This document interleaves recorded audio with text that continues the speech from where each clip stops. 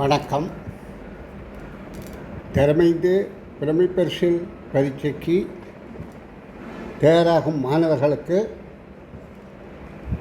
கட்டுரை ஆக்கம், அதாவது 3 வாக்கியங்கள் எழுதும் பயிற்சி வழங்கும் நோக்கில் இக்காணொலியை வெளியிடுகின்றேன். அன்பு மாணவ செல்வங்களே, கட்டு உரை என்பது, அதாவது ஏதோ தருகின்ற தலைப்பில் எங்களால் உணரப்படுகின்ற சொற்கள் வாக்கியங்களாக அமைத்து, அதாவது தரப்படுகின்ற தலைப்பை சொற்கள் வாக்கியங்களாக புனைந்து கட்டி உரைப்பதுதான் கட்டுரை. அப்போ அந்த கட்டுரையில் மிகுந்த கவனம் செலுத்த வேண்டியது சொல் ஆக்கம். ஏனென்றால் சொற்களில் எழுத்துப்பிழை ஏற்பட்டால் கருத்துப்பிழை ஏற்படும் என்பது உங்களுக்கு நன்றாக தெரியும். அப்போ சொல் என்பது ஏதோ ஒன்றை கருத்தாக உரைக்கக்கூடியதாக இருக்க வேண்டும். அந்த உரைக்கப்படுகின்ற சொல்லில் எழுத்துப்பிழை இல்லாது எழுதுதல் மிக முக்கியம். அடுத்த அந்த சொற்களை சேர்க்கின்ற போது வாக்கியங்களாகும் போது அந்த வாக்கியங்களின் கட்டமைப்பு சொல்லி இலக்கணத்துக்கு ஏற்ப எழுவாய் பயனிலை திருத்தமாக அமைதல் வேண்டும். இதுதான் கட்டுரை ஆக்குவதற்கான ஆரம்ப பயிற்சி. அதாவது கூறப்படுகின்ற தலைப்பு எங்களுக்கு மிக தெளிவாக புரிந்து கொள்ள வேண்டும். அங்கே தரப்பட்ட தகவல் தலைப்புக்கு ஏற்ப நாங்கள் சொற்களை சேர்த்து வாக்கியமாக்க வேண்டும்.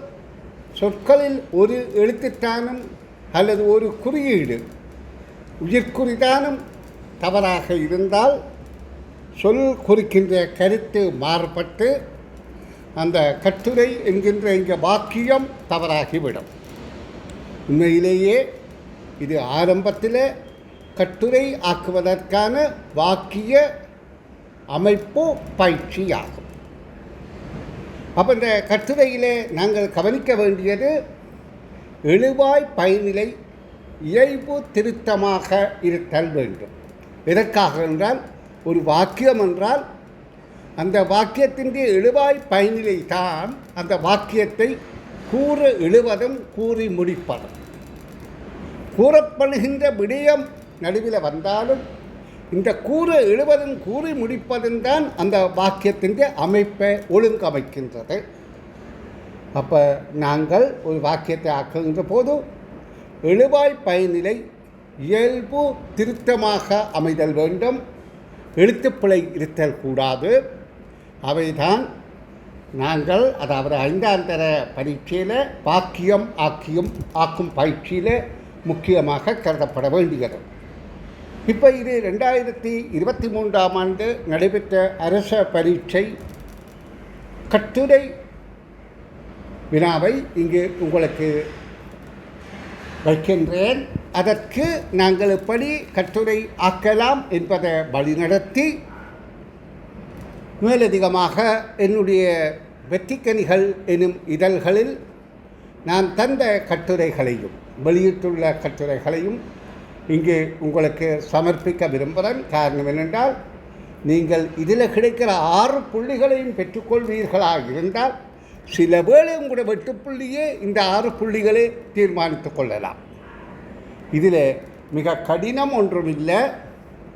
வசனங்களை ஆக்குகின்ற முயற்சியும் அந்த வசனங்களின் எழுவாய் பயனிலை திருத்தமும் சொல் எழுத்துப்பிழை இல்லாத ஆக்கமும் இருத்தல் வேண்டும். அதற்காக உங்களை வழிநடத்துகின்றேன். இப்போ 2023ஆம் ஆண்டு அரச பரீட்சையில் பெருமழை பெய்தபோது ஆதவனின் வீட்டுக்கு மாதவன் வந்தான். ஒரு வாக்கியம். பெருமழை பெய்தபோது, ஒரு நாள் பெருமழை பெய்த போது ஆதவனின் வீட்டுக்கு மாதவன் வந்தான். பெருமழை பெய்த பின்னல்ல, பெய்த போது, பெய்து கொண்டிருக்கின்ற போது ஆதவனுடைய வீட்டுக்கு மாதவன் வருகின்றான், வந்தான். இறந்த காலம். இந்த வந்தான் என்று சொல்தான் எங்களை இறந்த காலம் என்றதை மிக விரைவாக உணர்த்தியது. அப்போது ஆதவன் வீட்டு முற்றம் நீரினால் நிரம்பியிருந்தது. அப்போ முதல் தரப்பட்ட ஆதவன் வீட்டுக்கு மாதவன் வந்தான். அந்த வேளையிலே ஆதவன் வீட்டு முற்றம் வெள்ளத்தாலே நிரம்பி இருந்தது என்பது அடுத்த கூற்றாக வாக்கியமாக வெளிப்படுகின்றது. கடதாசி கப்பலை மிதக்க விடுவோம் என்று மாதவன் கூறினான். இறுதி இதில் தரப்பட்ட 3 வாக்கியங்களை இறுதி வாக்கியம். இந்த வெள்ளத்தை பார்த்தவுடனே மாதவனுக்கு ஒரு சிந்தனை மனதில் தோன்றுகின்றது. ஆதவன் வீட்டு முற்றத்திலே கொஞ்சம் பள்ளமாக இருக்கிற இடமாக இருக்கலாம், அங்கே நிறைய வெள்ளம் தேங்கி இருக்கின்றது. அதனை பார்த்து மாதவன் கவலைப்படவில்லை. அதை ஒரு சாதகமாக நினைத்து கொண்டு இந்த வெள்ளத்திலே நாங்கள் கப்பல் விட்டு மகிழ்ந்தால் இவ்வளவு சந்தோஷமாக இருக்கும் என்று மிக மகிழ்ச்சியான குரலில் கடதாசி கப்பலை மிதக்கழுவோம் என்று மாதவன் கூறினான். இப்போ இந்த அளவன் தான் தரப்பட்ட விடயம். இதுக்கு பிறகு ஆதவன் என்று உங்களை நினைத்து, இங்கே இந்த சொல்லுக்கு முக்கியத்துவம் கொடுங்கோ. இந்த சொற்களுக்கு கருத்து இருக்கின்றது. ஆதவன் என உங்களை நினைத்து, இப்போ கட்டுரை எழுத போகிற நீங்கள் தான் ஆதவன் என்று நினைத்து கொண்டு அதன் பின் செய்தவை நன்றாக ஞாபகத்தில் வைத்துக் கொள்ளுங்கள். இறந்த காலம் செய்தவை, முன்பு செய்தவை பற்றி 3 வாக்கியங்கள் எழுதுக. அப்போ இது செய்வோம் என்று எதிர்காலத்தில் எழுதினாலோ செய்கின்றோம் என்று நிகழ்காலத்தில் எழுதினாலோ காலம் பிழையாகி, அதாவது புள்ளிகளை இழந்து விடுவீர்கள். அப்போ இந்த வாக்கியங்கள் இறந்த கால வாக்கியங்கள். அதன் பின்னர் செய்தவை இறந்த காலம், செய்கின்றமை செய்ய போறவை அவல்ல, செய்தவை முன்பு செய்தவை பற்றி 3 வாக்கியங்கள் எழுதச் சொல்லி கேட்கப்பட்டுள்ளது. அப்போ இங்கே உங்களுக்கு முதலாவதில் இந்த மாதவன் சொன்ன சொல், அதாவது வாக்கியம், அதாவது கூற்று வாக்கியம், அதாவது அவன் சொல்லுகின்ற தகவல் உங்களுக்கு மகிழ்ச்சியை ஏற்படுத்தியதா கவலையை ஏற்படுத்தியதா என்று பார்த்தால், என்றால் நாங்கள் சொற்களை புனைந்து வாக்கியமாக்கப் போகின்றோம். இப்போ மாதவன் என்ன சொல்கிறான்? ஆதவன் வீட்டில் வந்து கடதாசி கப்பலை மிதக்க விடுவோமா? விடுவோம் என்று சொல்கின்றான். அப்போ இந்த வாக்கியம் ஆதவன் மனதில் மகிழ்ச்சியை உண்டு பண்ணியிருக்கும். அப்போ இதில் ஆதவன் என உங்களை பாவித்துத்தான் வாக்கியம் எழுத சொல்லி இருக்குது. அப்போ இந்த வாக்கியத்தை நான் என நீங்கள் ஆரம்பிக்க வேண்டும். நான் என்பதை இங்கே எழுவாய். அப்போ நான் என்றால் அதனுடைய பயனிலை வந்து, அதாவது நான் என்பது திணையிலே உயர்த்தின, அது பொதுப்பால், ஒருமை, தன்மை. அதாவது நான் என்பது காலம் உணர்த்தவில்லை. ஆனால் நான் என்பதை வைத்துக்கொண்டு வாக்கியமாக்குகின்ற போது இறுதி சொல், வினைச்சொல், பயனிலை சொல் இங்கே இறந்த காலத்தில், இறந்த காலத்தில், அதாவது அதன் பின்னர் செய்தவை என்ற இறந்த காலத்தில் தான் அந்த பயனிலை முடிய வேண்டும். அப்போ நான் அதை கேட்டு மிகுந்த சந்தோஷமடைந்தேன்.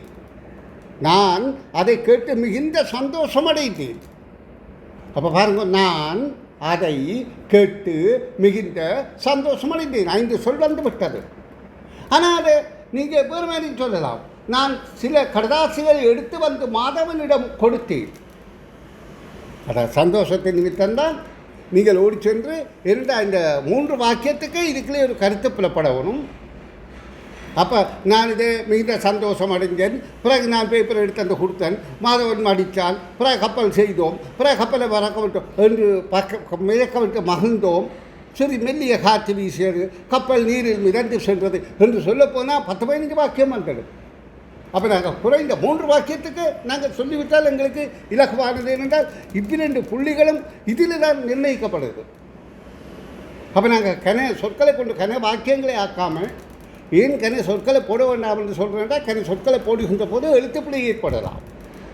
என்ன, நீங்கள் சின்ன பிள்ளைகள், 10 வயது பிள்ளைகள், இப்பொழுதுதான் சொற்கள் நிறைய சொற்பிழை இல்லாமல் படிக்க வேணும், வாசிக்க வேணும், பேச வேணும், எழுத வேணும் என்றதுக்காக நீங்கள் நிறைய வாசித்து பழகுகிறீர்கள். ஆயினும் உங்கள்ட சில எழுத்து பிழைகள் இருக்கலாம் சொற்களில். அப்போ சொற்கள் நிறைய எழுதி பிழைகளை காட்டி புள்ளிகளை இழக்காமல் என்றால் ஒரு கட்டிட வாக்கியத்தில் ஒரு எழுத்து பிழை இருந்தால் ஒரு புள்ளி போயிடும். 2 எழுத்து பிழை என்றால் கருத்துள்ள வாக்கியம் என்றாலும் புள்ளி கிடைக்காது. அப்போ நீங்கள் என்ன செய்வீர்கள்? கட்டிட வாக்கியத்தை எழுதி போட்டு ஆஹா நான் நல்லா எழுதிட்டேன் எனக்கு புள்ளி கிடைக்கும் என்று நினைத்து கொண்டு வருவீர்கள். அங்கே கட்டிட வாக்கியத்துக்கு 0 தான் கிடைக்கும். என்னத்துக்கு 2 எழுத்து பிழை விட்டுருக்கிறீர்கள். ஆனால் நீங்கள் அதை உணரவில்லை. நீங்கள் காரணம் என்று சொன்னால் நீங்கள் எழுத்துப்பிழை என்பதை அதை கண்டுபிடிக்க உங்களுக்கு தெரிய இல்லை.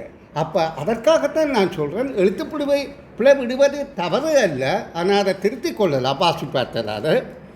அதற்காக நீங்கள் எது சொல்லணும், கொஞ்சம் சொற்களில் வாக்கியத்தை எழுத பழகணும். 5 சொல்லில் கேட்டால் 5 சொல் 6 சொல்லுக்கு மேலே போகாதுங்க. ஆரம்பிச்சுனா 7 8 சொல் அதுக்கு மேலே போனீர்களா இருந்தால் கண்டிப்பாக எழுத்துப்பிழை வரும்.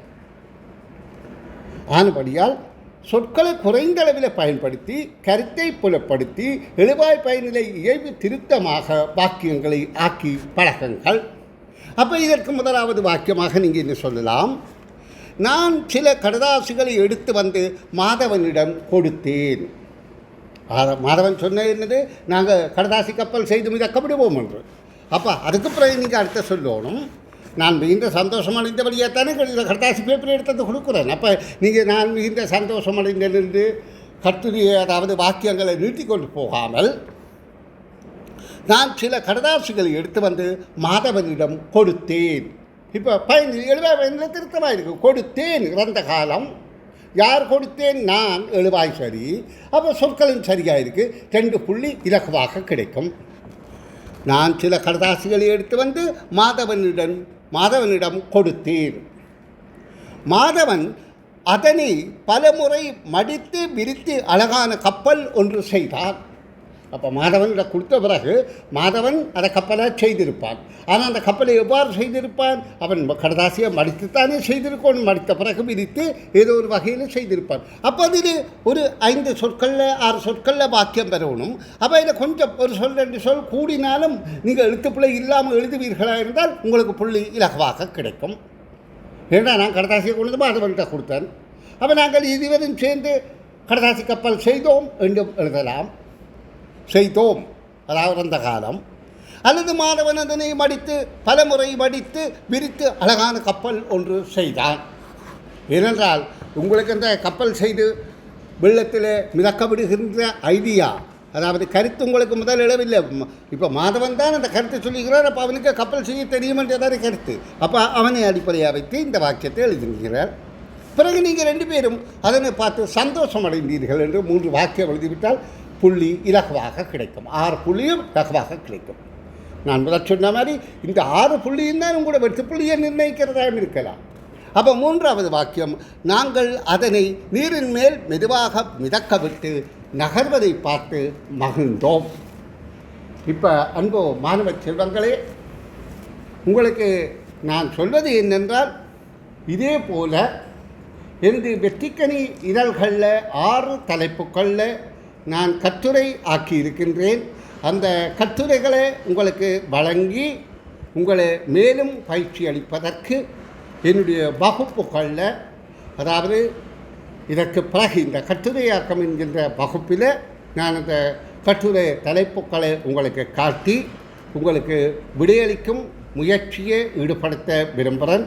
ஏனென்று சொன்னால் நாங்கள் சிறந்த, அதாவது இந்த தரமைந்து புலமைப்பரிசு பரீட்சையில் கிடைக்கக்கூடிய இந்த 6 புள்ளிகளையும் இலகுவாக பெற்றுக்கொண்டால் எங்களுடைய வெற்றி நிச்சயமாக அமையக்கூடியதாக இருக்கும் என கூறிக்கொண்டு நான் இதனை என்னுடைய வகுப்பில் இதனை அடிப்படையாக வைத்து இதை ஆரம்ப கருத்தாக உங்களுக்கு தந்துவிட்டு இதனை அடிப்படையாக கொண்டு வகுப்பில் உங்களுக்கு அதை பற்றிய கூடிய விவரம் நிறைய, அதாவது 12 தலைப்புக்குள்ள கட்டுரைகள் ஆக்கப்பட்டுள்ளது.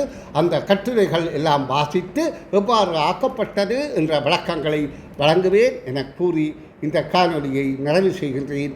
நன்றி.